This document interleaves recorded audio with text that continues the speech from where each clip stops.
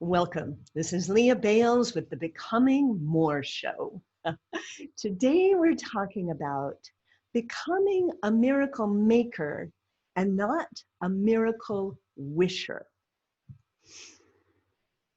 I'm going to talk about why that's up for me a little bit. It's been in the news, making miracles, wishing for miracles, hoping miracles would come. And we're not going to talk so much about what's going on in the news as how it affects all of us in our own lives when we consider ourselves miracle makers instead of miracle wishers. Someone who wishes a miracle would come, hopes a miracle would come, versus someone who takes the joyful responsibility to help make miracles happen.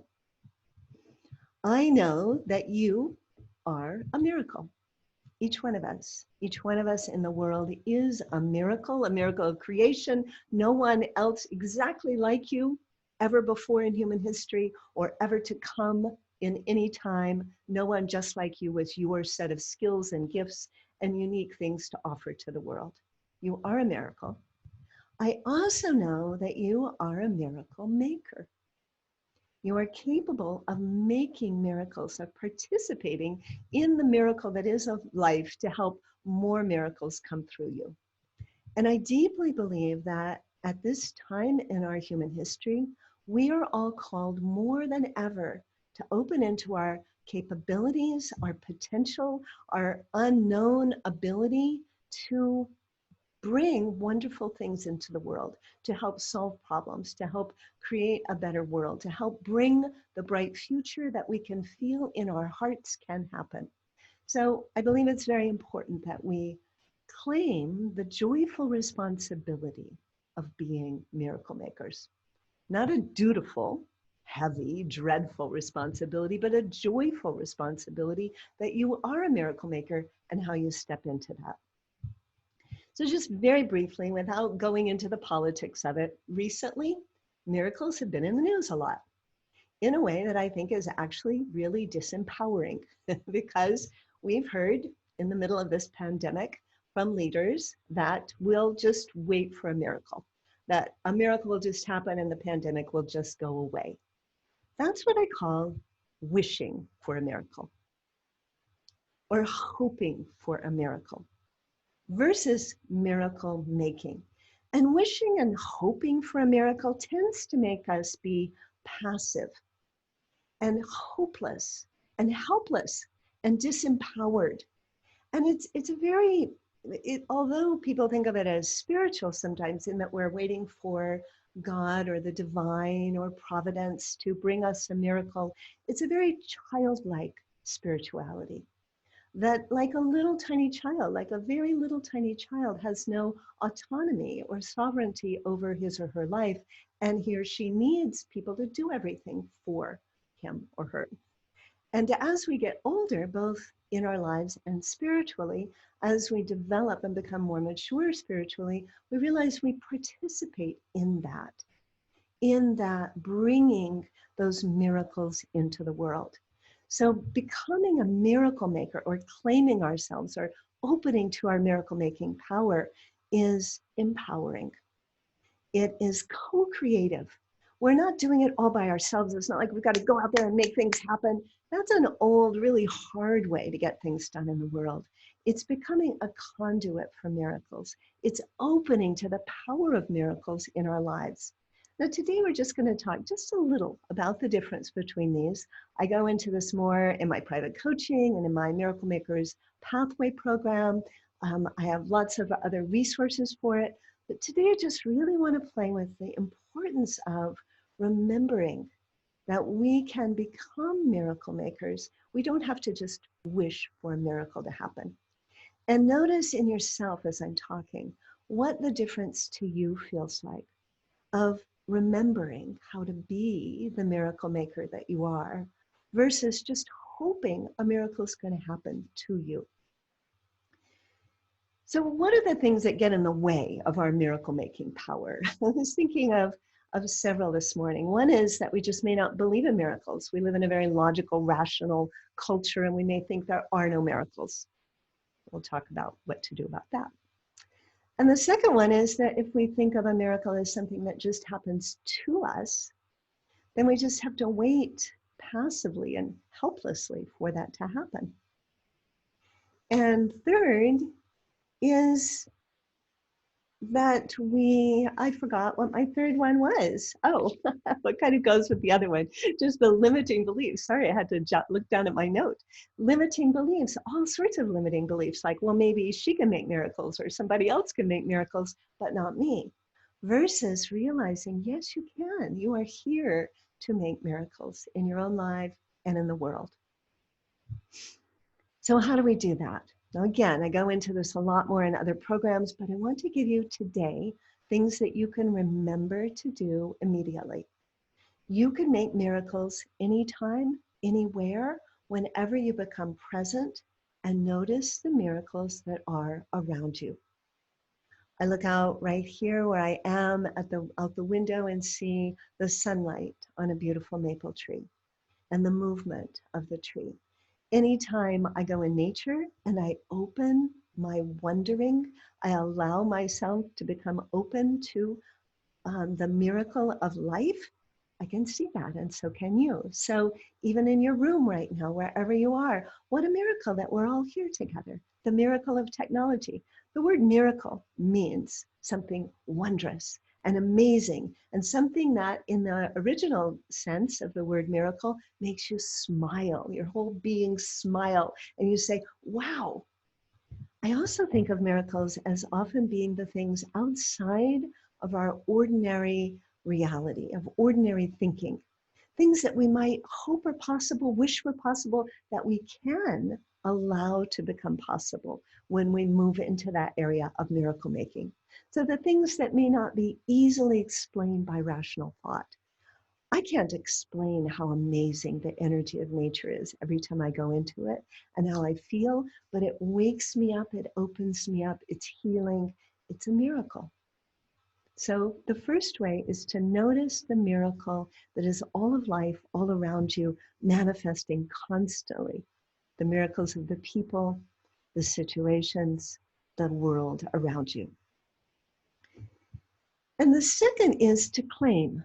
And even if you don't really know how, and even if you're not really convinced, to claim for yourself, yes, I am a miracle maker. You've made miracles just by noticing. Scientifically, we show that when we notice something, we change it.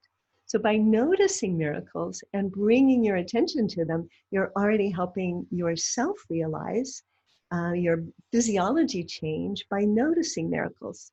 So yes, I am a miracle maker. You can say that to yourself. I'm a miracle maker. The third way is by allowing yourself to become a conduit for the miracles that are trying to happen in the world.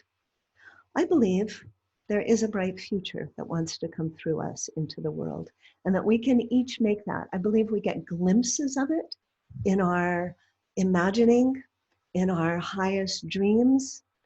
We get glimpses of it when we let go of the sense of fear of what might be happening and dread of what the future might be, and begin imagineering, using our imagination, our creative powers to begin to sense the world that can be, that wants to come through us.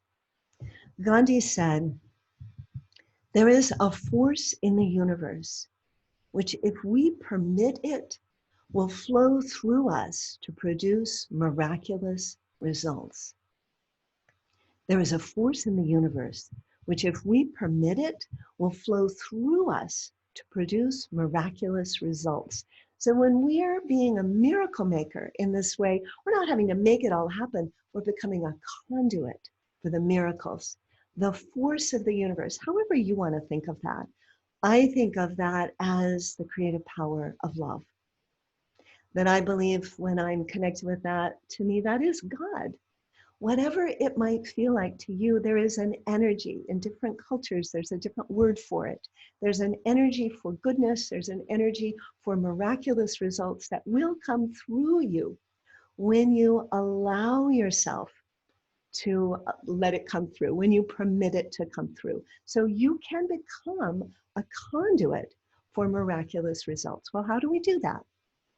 Well, the first way again is we notice around us the miracles that are happening. We begin realizing there are miracles all the time, everywhere. And you begin noticing that you are a miracle maker. You can become a conduit for this. And you begin looking at your life. You can look back in your life and think of what are the times when something really quite amazing did happen to you that you were part of, that some part of your brain or other people may have told you wasn't possible. And in those situations, if we had just waited passively for that to happen to us, it probably wouldn't have happened. One example, when I was in my early 30s, I had a serious immune system breakdown. And after a few months, one of the things I was diagnosed with was fibromyalgia. And I was able, by tuning in to my inner guidance, by tuning into that creative power of love, by believing that I could get healthy, I was able to make a really full recovery. And over the decades, I worked with a lot of people, especially in a hospital setting, who had fibromyalgia. Now, many of them were told by doctors, you will always have this, you will never get over it, unless we have a miracle cure that we figure out. We're working, medicine's working on it. So we can think of a miracle coming to us passively from the divine, from God, from medicine, from science, or we can stop waiting. I'm glad I didn't wait around for it, because there still isn't a cure. There are medications, but they have side effects. So by tuning into my body and my heart, to my soul, I saw things I needed to do differently. And I was guided to the foods, the movements, the practices that would help me recover from fibromyalgia. And I was able to teach those to hundreds of other people as well. Many people I know are waiting, hoping that there will be someday a medication that will take care of it. Maybe there will be. But when we wait, we deprive ourselves of the learning that can be there in any difficult situation. And I would have had 30 years of not feeling very great and needing to be on medication for it. The other thing that really tuning in to my heart, my soul, my body, and noticing what I needed to do differently and allowing it to be a redirection, it gave me the miracle of having wonderful health most of the time, of being tuned into my body, of having a career in wellness for 20 years, and I believe of aging much better. If I hadn't made those changes in my early 30s, I don't think I would have aged nearly as well as I've been able to. So I became, I didn't call it then, but I became a miracle maker by tuning in, by asking for guidance from my body, from prayer, from other teachers. What can I do to help myself heal? And I learned to activate that extraordinary healing power inside. That's one of those miracle making powers.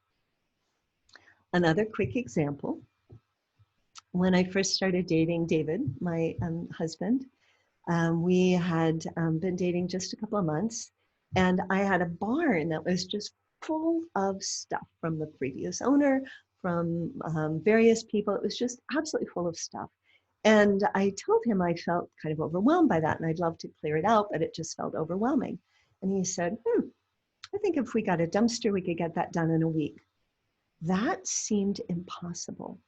And there was a little part of me that was willing to believe that we could do it. And so we did. We got a dumpster, and there was an energy. It was that, like Gandhi said, if I'd been like, oh, I don't think we can do it, no, it never would have happened. Or if I just waited for a miracle, I don't know what the miracle would have been, but to come clear it out, that wouldn't have happened. But we made miracles. We got it totally cleared out in 3 days. Some stuff went to the dump, some stuff went to Goodwill, some stuff went different places. We got the whole thing completely cleared out, not just in a week, which originally seemed impossible, but in 3 days. We were allowing that force of the universe, that creative power of love, that enthusiasm, that energy to come through us to create something that previously had felt impossible. There is a force in the universe, which if you permit it, will flow through you to produce miraculous results. Those miraculous results don't flow through us. The ideas don't come to us. The solutions don't come to us if we're waiting for someone else or God or medicine or science to fix it all. When those miracles come, that's fabulous too. In the meantime, along the way, also, we can each ask, what is my part to do?